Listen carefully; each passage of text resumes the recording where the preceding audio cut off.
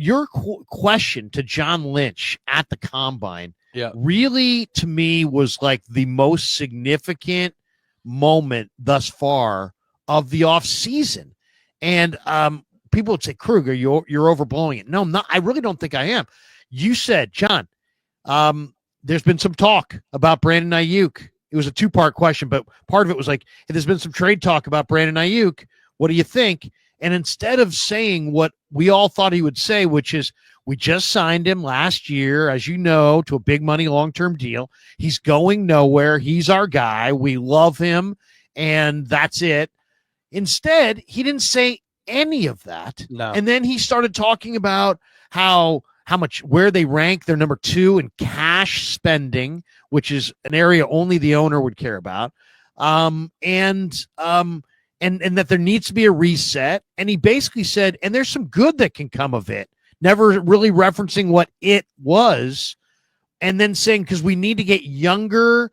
And it almost, my take away from it, Chase, was you asked the question, and my take was he basically told us he's going to trade Brandon Ayuk at a loss, which we kind of knew, right? Because he's hurt and he's got a big contract, for probably draft pick compensation that of some kind, and that the fans are not going to love it, but overall it's going to be good because they need to get younger and cheaper and healthier. That was my takeaway. Was that your takeaway from what he told you?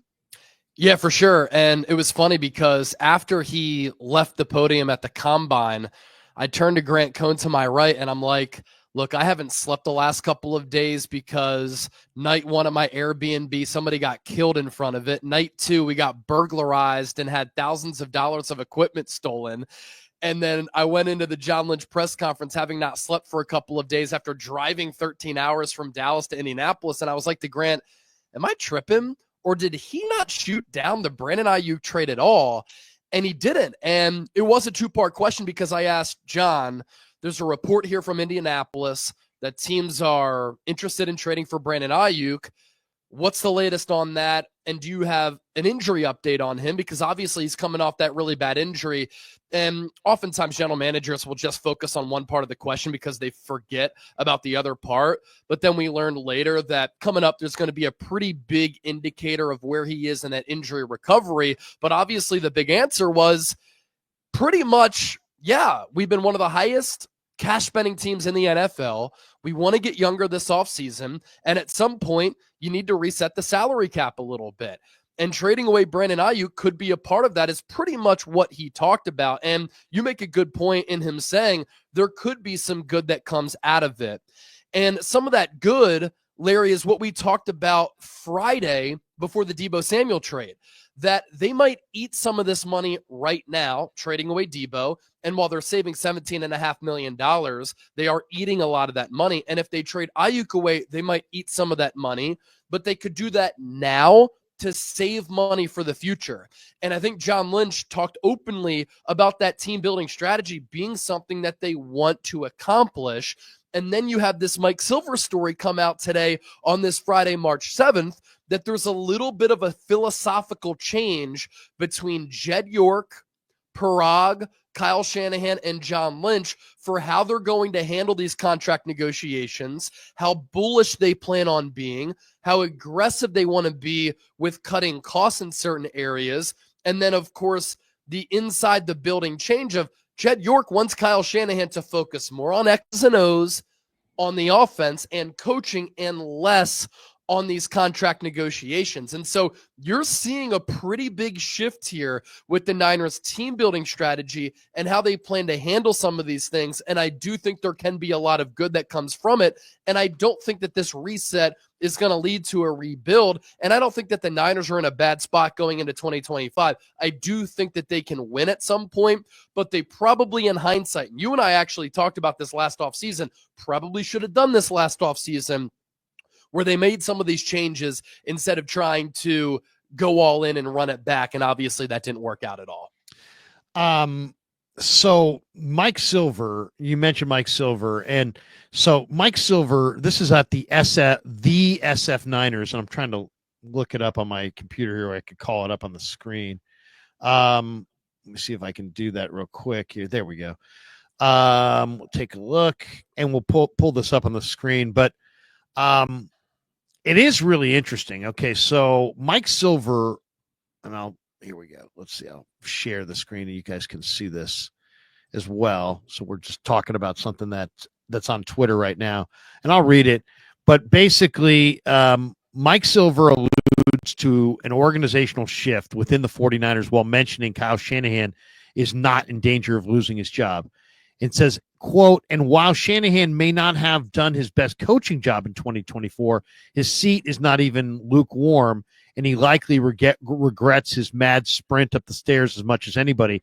That said, it makes sense that York would prefer Shanahan focus on doing what he does best, scheming it up and coaching the players on the roster, than worrying about making sure so many of his high-profile players make bank. I mean, it sounds to me, I mean, I've been arguing this for a while, that just because you're a great head coach and you have an offense that works and you're a great play caller doesn't mean that you should necessarily are a great personnel guy. Right. I mean, you know, in Philly, they're on top of the football world. Sirianni's the coach. Roseman's the GM. Sirianni's not the GM. Right. Roseman's the GM. Sirianni doesn't put together the roster. He's in the room when they're discussing it. It's not like he's locked out, but he's not the guy. It's Roseman. It's a different skill set. And I get the sense that Jed is looking at this, and he doesn't want to fire anybody, but he wants to hit a reset. And I think he basically said, hey, Kyle, you just coach. Hey, John, you just draft. And we'll have Parag do the negotiations because he's less involved, less connected, and maybe in the eyes or mind of Jed York, Jed and the Niners will get a better financial deal on some of these deals if Parag is negotiating. You think I'm reading that correctly? Or, I mean, we have no official anything from the Niners, but it sure looks like that. No, for sure. And I think that there can be a lot of good and there are positives when people have defined roles. And that's for corporate life, for all types of different businesses and different industries, especially in sports, right?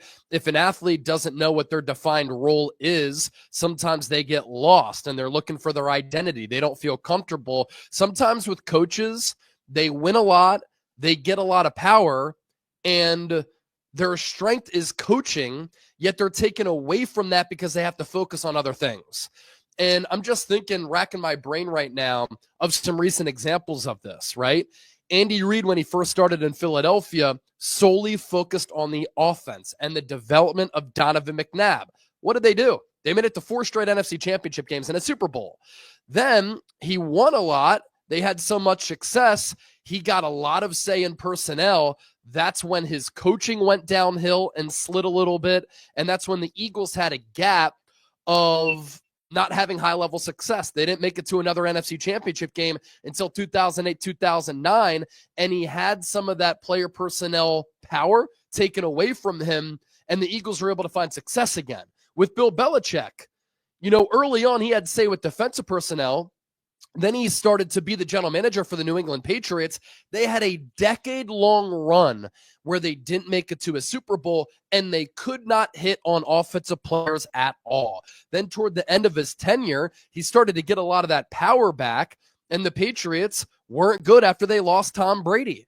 And so for Kyle Shanahan, I think that his focus has been directed not just on getting the offense right, on play calls, play designs, game management. He's had to manage other things, contract negotiations, roster personnel. Then the special teams became so bad, he had to devote time to that. He had to devote time to the defense, and that took him away from what he does at an elite level, which is calling the offense. And so now, after a 6-11 season where the Niners were bad, they were awful at the end of the year, and they started to slip in all of these areas, I actually give credit to the Niners for looking themselves in the mirror and making some difficult changes that I think were needed. Kyle Shanahan with the coaching staff needed to fire his boy Nick Sorensen. He did that. He was loyal to Brian Schneider, not anymore. Brought in Brant Boyer.